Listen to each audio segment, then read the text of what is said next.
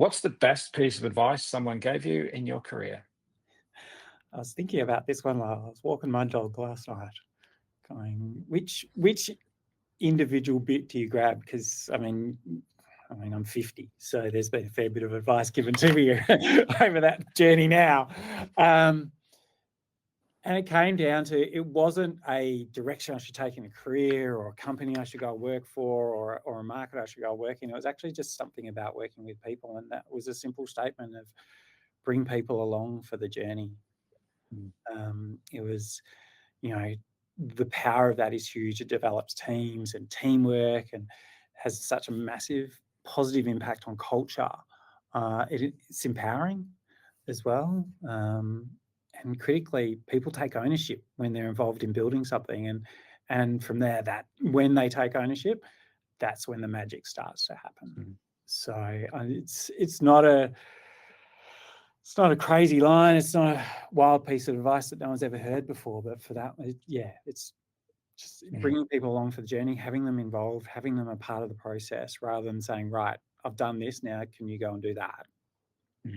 You'll never get the input or the output that you want. Yeah, definitely. Katie, you must have a gem. Come on. You know what? I was just thinking this is such a good question. And I don't know mine. I do know, well, I'll tell you what's coming to me. And it's a bit long. I don't know if it really answers it or not, but I'll never forget it.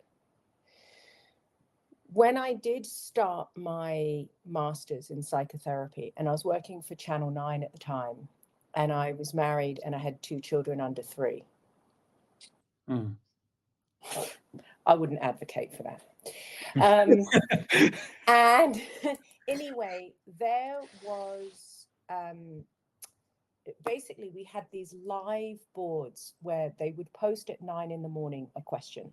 And then in real time, you would put your answer and then it would be marked. And, it's like a discussional forum. And I could see, whilst I was at work, at like 9:01, ping, Rachel, who was retired with no dependents, had got her answer in. And then ping, at 11 o'clock, there goes Amar with his, and he's not even in a relationship. That dude doesn't even have a fucking cat to look after, right? And ping and ping and ping. And all day these answers were coming through. And it was, to say it was triggering, I was getting more and more and more exacerbated, right? Because I hadn't even left Channel 9, let alone made it home to wherever the hell I was living in Sydney, and then bathed and fed the kids, and then probably had a row with the husband that was resenting the fact that I then had to work. It was a nightmare. And I was working in media at the time. And after a few days, the woman who, she was kind of checking in on me, she ran the course. And she called up and she said, hey, this is just a casual check-in. How are you finding it? How's it going? And I went, you want the real answer? Like, yeah, I want the real answer. I was like, I am off. I was like, it's shit is how it's going, Dee. Oh, and it's absolutely shit. I said, I'm seeing Rachel's 9:01 and Namar's 11:06 and something. I said, I can do that. I can do it better than they can do it. I can resource it better. I work in communications, for God's sake. I was like, I can do this and articulate this and shine this better than any of them, because I just need the space to do it. I was right. And my second hadn't slept for 2 years. So you can imagine where I was at this point in time. And she said to me, she listened, bless her heart, she listened to me like blow steam off the top. And she goes, yes, Katie. She says, I'm in no doubt you could do all of those things. She said, and if you had the time that all the other people have, you would absolutely come back with a beautiful, well-polished, beautifully well-rehearsed, incredibly articulated, a new side of Katie, this is Katie, beautifully articulated thing. She goes, and you get to the end of the course and she goes, what would you have learned? She said, absolutely nothing, because all you would be doing is showboating a well-rehearsed skill set. She goes, this is not asking for you to rinse and repeat what you already know how to do.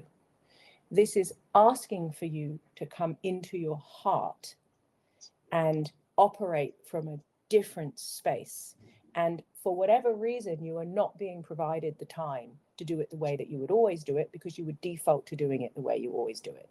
This is asking for something different. And I've always remembered that. And interestingly, like, love this new side of Katie, like even in this moment, it's proof of it, right? I don't have a well-rehearsed perfect answer that I can give, so I'm just shooting from the hip. So I think that what that gave me was a sense of loosening and trusting and allowing and recognizing that don't have to like get it right. I can be me, that I'm enough, that I actually, if I just show up authentically, stop trying to play a role or do a thing, that makes space for a much more powerful way of moving through the world. So however that is interpreted by the people listening, I've never forgotten that. Yeah, that's excellent. And I'm probably now replacing my original favourite answer of Katie with that one from over the years. But ultimately, what you're talking about there is it's comparison, right? Like if I'm comparing myself to everybody else, whether it is that I can do it better or like it's still based on what somebody else is doing, rather than what it is that you're learning and what you can get from that experience. And I think that's very, very good. Everyone look at the stuff flowing through in terms of everyone loving that answer. So there we go. it's greatly appreciated.